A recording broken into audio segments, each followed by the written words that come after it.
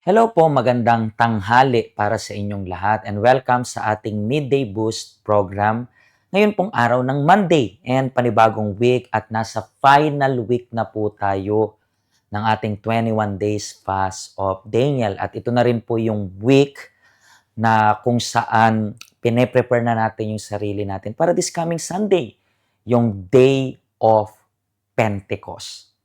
And inantay natin yan ng 50 days and finally, it is arriving already this coming Sunday. And i-prepare natin yung sarili natin kasi something great will happen sa 21 days fasting na ito sa ending and then sa day of Pentecost rin. And dahil today ay day 15 ng 21 days fast of Daniel natin, ang topic natin, kung meron kayong book ng The Ministry of the Holy Spirit is, buksan nyo lang po sa The Holy Spirit Puts an End to Spiritual Ignorance. The Holy Spirit puts an end to spiritual ignorance. So, bakit po ba nagdurusa yung buhay ng tao? Alam nyo po ba kung bakit? Dahil dito, tingnan nyo po yung nakasulat dito sa libro ng Isaiah, chapter 5, verse 13. Kaya't ang aking bayan ay pupunta sa pagkabihag dahil sa kawalan ng kaalaman. Ang kanilang mararangal na tao ay mamamatay sa gutom at ang napakarami nilang tao ay nalulugmok sa uhaw.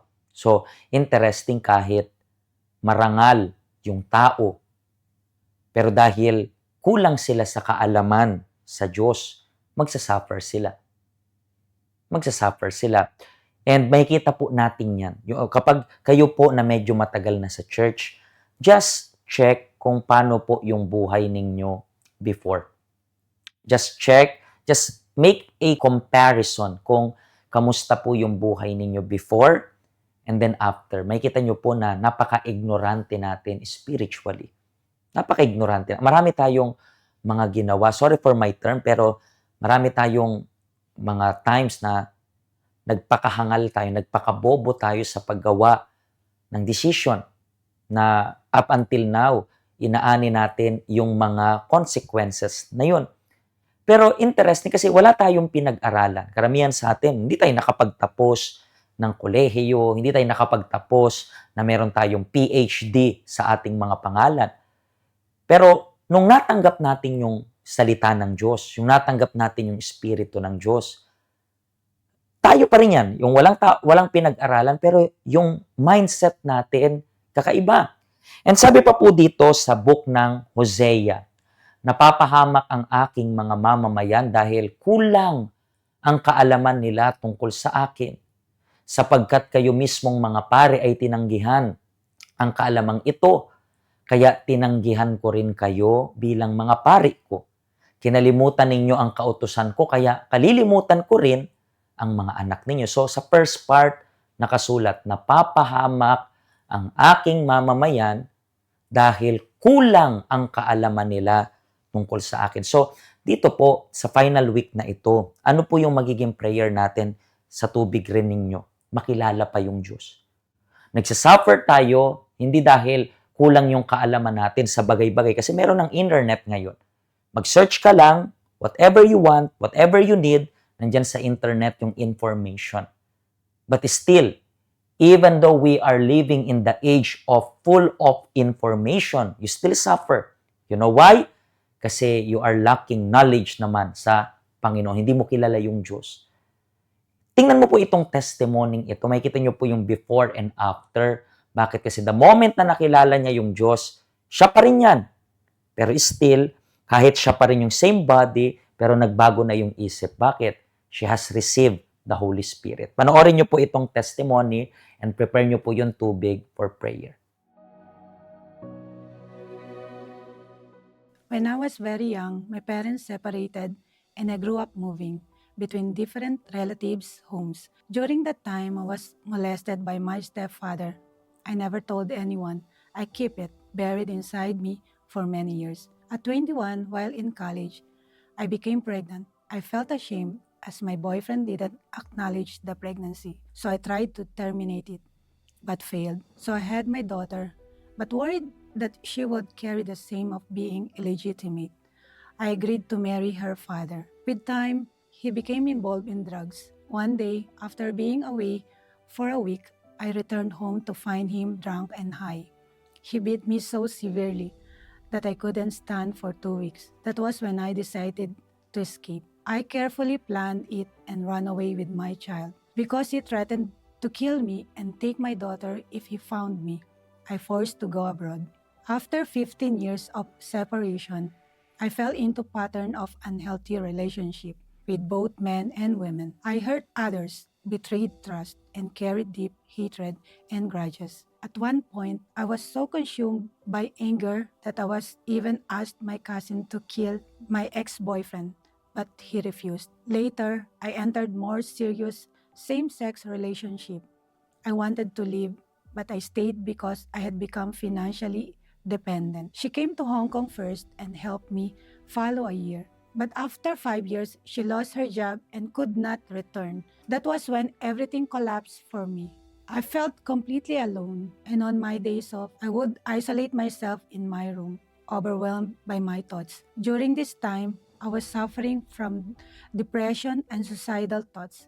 Yet, I believe it was something normal that I had to endure. I was also struggling with a debt of 37,000 Hong Kong dollar. Outwardly, I seemed easygoing, but inside I carried deep self-hatred because of my past. Then one day, I was invited to attend a service at the help center to receive the Blessed Holy Oil. I went, but only because I wanted the oil. However, the message spoke to me, and I decided to continue attending the meetings. As I did, I began to understand that real change was only possible through obedience to the Word of God. So, I chose to put aside my stubbornness. I worked to pay off my debts and resisted the temptation to take out new loans. I cut off unhealthy influences, surrendered my negativity at the altar, and started managing my life more responsibly. For the first time, I opened a savings account. My parents questioned my faith, thinking I was being misled. But I explained that giving a personal decision that must come from a sincere heart. Although I had been baptized in water twice before, I realized I had never truly changed. I was still the same person inside. That was when I made a real decision to repent and surrender everything at the altar. I accepted the Lord Jesus Christ as my Lord and Savior and gave up my inner struggles, my hatred, grudges, and pain. I chose to forgive myself and those who had hurt me. I ended the wrong relationships, surrendered my future to God, and began to live according to His Word. Then I received the greatest gift, the Holy Spirit. Today, I am no longer anxious and I no longer suffer from depression or suicidal thoughts. I no longer release my anger by screaming or cursing myself. Instead, I have peace within me and look at others with love and compassion. When my problems come, I no longer panic. I know how to overcome negative thoughts and pray with genuine faith and a sincere heart. With this faith, I gain wisdom in my finances and I'm now debt-free. I also use my faith for my family and recently witnessed the restoration of my daughter's marriage. It took almost 2 years, but God answered. My sister and her family are also now attending the UCKJ Baclaran. Most importantly, today I am truly restored, not just externally, but within. I have peace in my mind, my heart, and my life.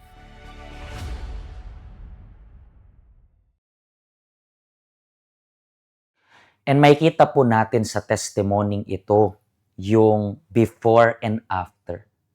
Tingnan nyo po yung spiritual na pagiging ignorante niya na wala the moment she has received the Holy Spirit.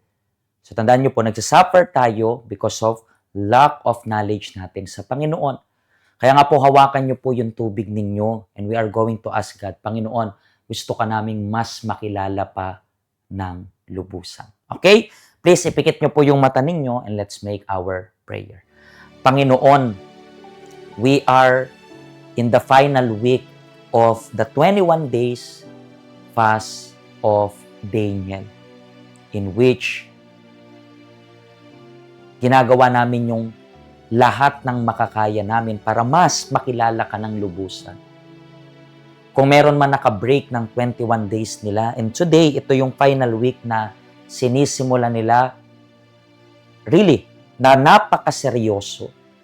Hayaan mo na maengkwentro ka niya, mas makilala ka niya ng lubusan, para maintindihan niya na yung suffering niya ay hindi dahil kulang siya ng worldly information, but kulang siya ng encounter sa'yo, intimacy with you. So, Panginoong Jesus, nandito ako ngayon para ihiling na yung tubig na ito ay maging isang lakas para itong final week na ito, something has to happen, Panginoong Jesus. Baptism with the Holy Spirit. We are preparing our heart para this coming Sunday. The moment we request the Holy Spirit to come upon us, Panginoong Diyos, I believe you are not going to refuse itong request namin. Sabi mo nga, di ba, kung yung taong masama kayang magbigay ng mabuti, how much more ikaw? You are going to give the Holy Spirit to those who ask. Kaya nga, Panginoong Diyos, bigyan mo siya ng lakas. Pwede nyo pong inumin yung tubig ninyo and receive itong strength na nagmumula sa ating Panginoong Diyos. In Jesus' name, Amen. Amen? Inumin nyo po yung tubig if ever di nyo pa nainom. Okay? Mga kaibigan, itong final week na to, let's dive in even deeper sa faith natin to know more yung Panginoon and to receive yung baptism with the Holy Spirit. Tomorrow, once again, samahan nyo po kami sa final week ng 21 days fast of Daniel. Kung natulungan po kayo ng program, please, i-share nyo po yung program para sa lahat. Pagpalain po kayo ng Diyos.